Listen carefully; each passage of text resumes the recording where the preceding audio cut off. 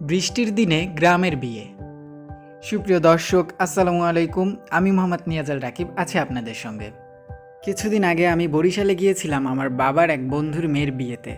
তো এই যে আমি আর আমার বাবা যাচ্ছিলাম বাবার সেই পরিচিত রাস্তা দিয়ে।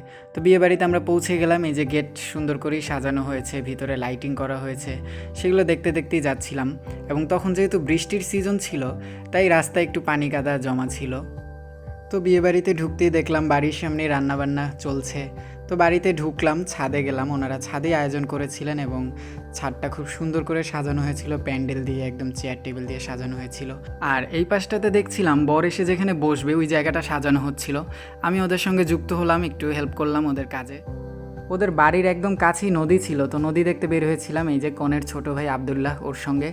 জায়গাটিও খুব সুন্দর লাগছিল, একপাশে ধান ক্ষেত, একপাশে নদী। এই নদীটির নাম সম্ভবত বিঘাই নদী।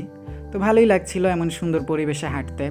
এরপর আমরা ফিরে গিয়ে দেখলাম আমাদের যেই সাজানো ফুল ছিল সেগুলো বাচ্চারা নষ্ট করে ফেলেছে। তো আমি আর আবদুল্লাহ আবারও সেগুলো সাজালাম। এখানে আজকের বিয়ের বর ও কনের নামের ফার্স্ট লেটারগুলো লেখা হচ্ছিল ফুল দিয়ে।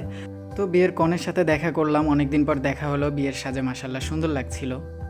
এরপর বরের গাড়ি এসে পৌঁছালো এবং তাদেরকে গেটে ঢুকতে দেওয়ার আগে সবাই মিলে একটু ফান করছিল। যেই শরবতটা বরের জন্য রাখা ছিল সেটাও তারা ফান করে উল্টো আবদুল্লাহকে খাইয়েছিল। এরপর ফিতা কাটার মাধ্যমে সবাই বাড়িতে প্রবেশ করলো।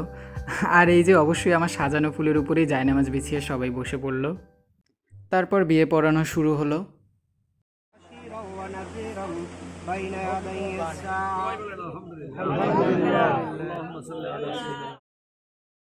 ততক্ষণে মেহমানরা সবাই খাবার টেবিলে বসে পড়ল। এইদিকে বরের জুতা চুরি করার পালা, কিন্তু বরের জুতা পাওয়াই যাচ্ছিল না। পিছন থেকে গিয়ে একটা জুতা ম্যানেজ করা গেল, আর একটা জুতা ওরা চুরি করতে চাচ্ছিল। আমি আবার বললাম থাক, একটা হলেই যথেষ্ট, কারণ বর তো অবশ্যই এক পায়ে জুতা পরে যাবে না। তো সবাইকে খাবার দেওয়া হলো, সেই সাথে বরকেও সুন্দর করে খাবার পরিবেশন করা হলো। এরপর আমিও খাবার খেতে বসে পড়লাম। আমাদের খাবার আইটেমে ছিল পোলাও, ফিশ ফ্রাই, সালাদ, মুরগির রোস্ট, বিফ, একরকম ডাল ছিল, মোজো, সাথে ভাতের ব্যবস্থাও ছিল যারা ভাত খাবে, এবং শেষে দই মিষ্টি।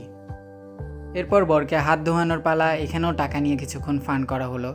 এদিকে বাইরে বৃষ্টি শুরু হলো এবং রাস্তা তো এমনিতেই কাদা পানি ছিল হালকা, বৃষ্টির পরে রাস্তা আরও পিচ্ছিল হয়ে গিয়েছিল। এদিকে বরপক্ষেরও দেরি হয়ে যাচ্ছিল, তাই বৃষ্টি থামার পরপরই তারা নেমে পড়ল। এবং যেহেতু এই রাস্তাগুলো একটু কাদা পানি ছিল, তাই খুব সতর্কতার সহিত তারা যাচ্ছিল। এখানে অল্প একটু রাস্তারই এরকম অবস্থা ছিল, একটু পরেই আবার ভালো রাস্তা ছিল। এরপর কনেকে বিদায় দিয়ে আমাদেরও বাড়িতে ফিরে যাওয়ার সময় হয়ে গেল। তো অনেক দিন পর বরিশালের একটি বিয়ে উপভোগ করেছিলাম, ভালোই লেগেছিল। তো এই ছিল আজকের ভিডিও। দেখা হবে পরবর্তী কোনো ভিডিওতে, ততক্ষণ পর্যন্ত টাটা, বাই বাই।